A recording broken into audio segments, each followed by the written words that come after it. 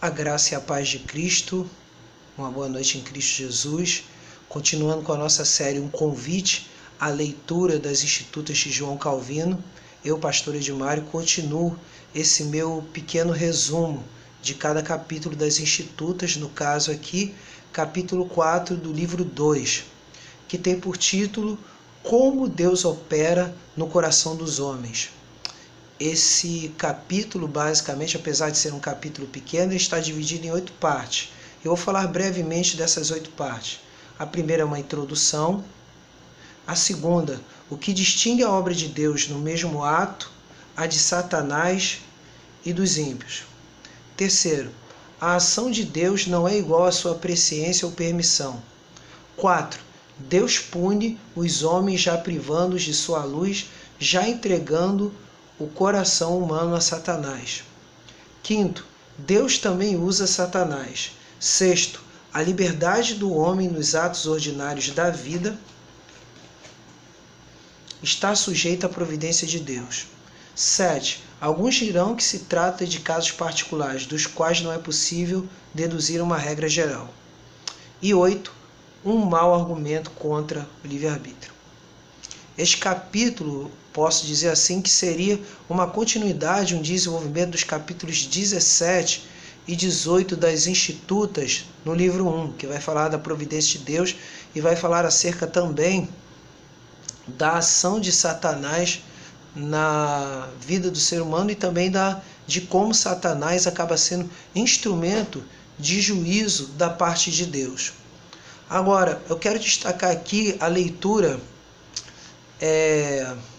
da versão parafraseada das Institutas de J.P. Wiles, que é muito interessante aqui, que eu achei muito próprio para demonstrar o quanto Calvino e o calvinismo acaba sendo matéria para muitos de escândalo em colocar essa questão do coração do homem e o relacionamento do coração do homem com Deus e também a própria problemática da atuação de Satanás no coração do homem.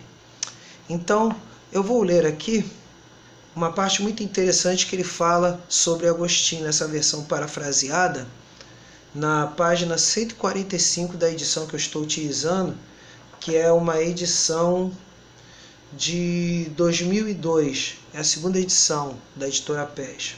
Vai dizer assim: Agostinho Algures compara a vontade humana a um cavalo, e Deus e o diabo a cavaleiros. Se Deus está montado, ele compele a vontade para o caminho certo. Mas se o diabo está montado, ele a esporeia por sobre precipícios, para dentro de abismos, para rebeldia e orgulho. Vamos nos satisfazer com esta comparação, visto que não conseguimos achar uma melhor. Ora, quando dizemos que a vontade do homem natural está sujeita ao diabo e é impulsionada por ele, não queremos dizer que a vontade seja compelida a obedecer ao diabo a despeito de sua própria relutância e resistência, mas sim que está tão fascinada pelos truques de Satanás que ela necessária e voluntariamente obedece a todas as ordens dele. Pois aqueles que Deus não favorece com a orientação do seu espírito, ele judicial e retamente abandona ao domínio de Satanás. Então quer dizer, isso aqui vai corroborar com Efésios capítulo 2, versículo 1, que fala que ele vos vivificou, vós estando mortos em seus delitos e pecados, os quais andaste outra hora, segundo o príncipe da potestade do ar, que agora atua nos filhos da desobediência.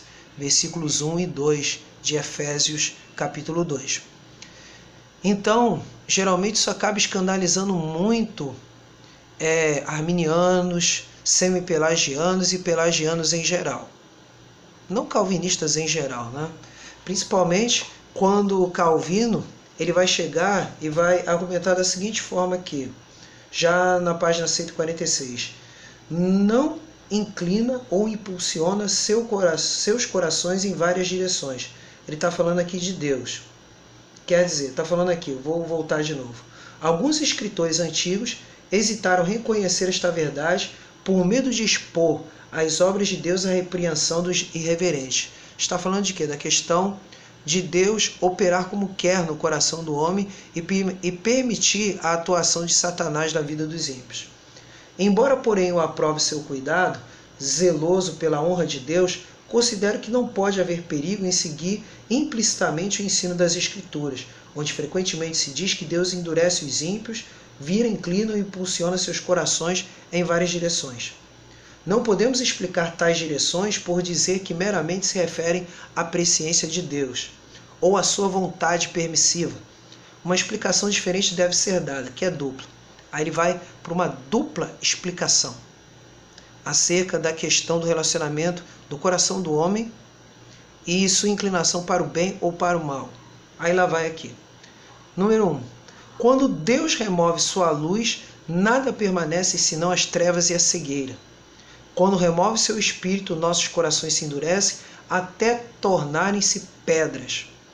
Quando sua orientação é retirada, voltam-se e se desviam.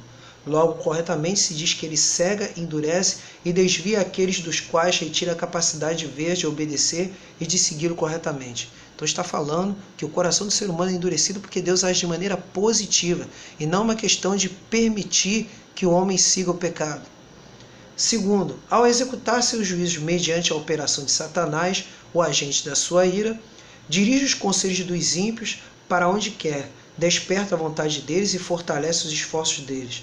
Por isso Moisés nos diz que Seom, o rei amorreu, recusou passagem a Israel, porque Deus endurecera o seu espírito e fizera obstinado o seu coração. Deuteronômio 2,30. Imediatamente acrescenta que os desígnios de Deus era entregá-lo nas mãos de Israel. O Senhor determinou a destruição de Seom e a obstinação de seu coração era uma preparação divinamente ordenada para sua derrota.